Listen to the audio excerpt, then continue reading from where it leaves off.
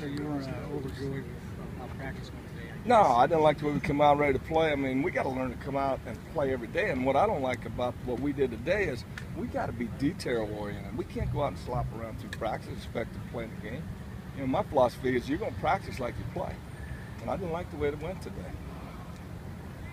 Overall, last week, after like 2 weeks ago, You know, pretty good. I'm excited to be in a position. You know, the football part of it's been easy for me. 37 years in football, and that part of it is easy. It's kind of the administrative stuff that I wasn't prepared for, like putting together a different practice plan, depth charts, dealing with the offense. You know, I haven't done that for a long time, and that's kind of the getting used to it. But I'm kind of in my routine now. I'm a routine guy. You know, I park in the same parking spot every morning. So, you know, go to the same grocery store. So, you know, I'm starting to get in my routine. I'm feeling more comfortable with it, and it's just a matter of getting it the way I want it right now. How's this different from '96 when you took over down there? Well, it's a different circumstance. You know, '96, Pokey Allen was one of my best friends, and he was dying of cancer. Was not prepared for it. They came in 2 or 3 days in the doubles in camp and said, "Hey, we're making you the interim head coach." You know, more of my mindset then was, let's get this thing, keep it together until Pokey can come back. And then it's a little different situation here. Now it's, hey, you got to keep this thing right for 12 weeks and try to get it as good as I can get it. You know, and if I put my stamp on it, we're there. I was just trying to maintain the program. You got the Aggies this weekend. Yeah. Talking about that, I mean, it's a quick process for you to get these guys ready. Yeah, it is. And, you know, I look at it as a challenge. You know, I don't know if we're good enough to go down there or for them to come in here and us to beat them, but what I want to see is I want to see improvement out of this ball club. You know, we can't get any lower than we were coming out of that North Texas game, and let's just get better. And I want to see us improve. I want to see us compete. I want to see the football team that I think we can become start to emerge, and that's what I'm looking for this weekend. Let's just get better. What have you talked about with the players as far as the transition to you taking over as head coach? Well, I just told them we got to continue to grow, change some things the way we practiced, put my stamp on some of that. It's not going to be one of those quick fixes. It didn't get this way. It's going to take some time. You know, what I told them, we got a lot left to play for. We got a conference championship left to play for. We got a bowl game still out there, and this team's capable of doing it if we can get together. We're young. We don't know how to practice yet, obviously. We can get better every week. By the time we get in a conference, we may be a decent football team. The biggest difference that you're doing, the differences you're talking about, the difference would be what? Well, the biggest thing is the up-tempo practices. I want to have short, crisp practices. Right now, I don't think we're a very fundamental sound football team. I want a fundamentally sound football team that can run and hit. You know, I pride myself on high-energy defense, blitz, let's get after it. That's the kind of style I want. And I think a team will adapt to a head coach's style once they understand what it is. And we're not even close to where we need to be right now.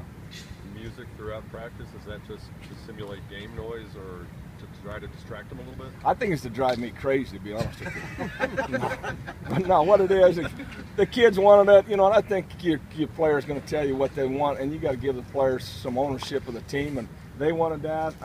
You know, it's killing my voice, but I don't know. Shoot, that's what they wanted to do, so we're gonna give it a try. And so far, it's okay. You know, so that's not my your head hurts, playlist but that we're nah, listening to? that's not quite my deal. No, I didn't hear any country this morning. We got to get that changed. Anything else, guys? Is it weird to spend time focusing on the offense, at least part of the time? Yeah, it is. Yeah, I mean, I got to take what the run and shoot is and try to get it into something that works for me. You know, that's really not my personality, you know. But we're not going to full sail transition it right now. We just got to make some changes and try to get it as best we got with the personality. You know what I told the offensive coaches? There's no magic to it. Let's get the ball in the hands of the playmakers as best we can. Let's get the offensive line blocking. Let's get better. And you know, it is what it is right now until I can get it the way I want it. And you're not going to do it at this point of the year. We got to stay with what we did all through camp. Very little time. Very little time. Yeah. Yeah. You're not going to go in and put in the wishbone right now. I guarantee you that. So, you know, just a few tweaks here or there. We're going to try to run the ball a little more and, you know, kind of massage it as we go and get it in the hands of our playmakers. When the press release came out You have co-offensive coordinators now with Coach Morrison and Coach Phillips. How do you divide their responsibilities? You know, that's kind of their problem, the way I look at it. You know, they both want to be offensive coordinators. I told them to work it out.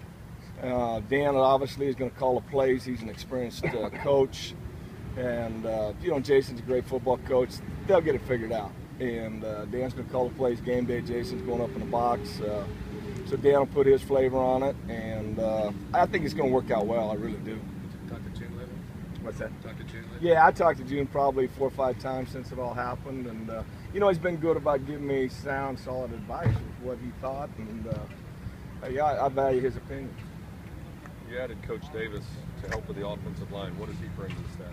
Yeah, I think he brings a lot of energy and a lot of experience. You look at his resume, 30 years of coaching O-line, and you got to be nuts to do that, O-line.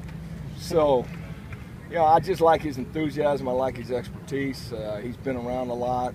I just felt like that was an area where we could use more help right now. Not that Coach Swan hasn't done a good job. It's more that we need more help in that area. So, you know, I was amazed that he was available.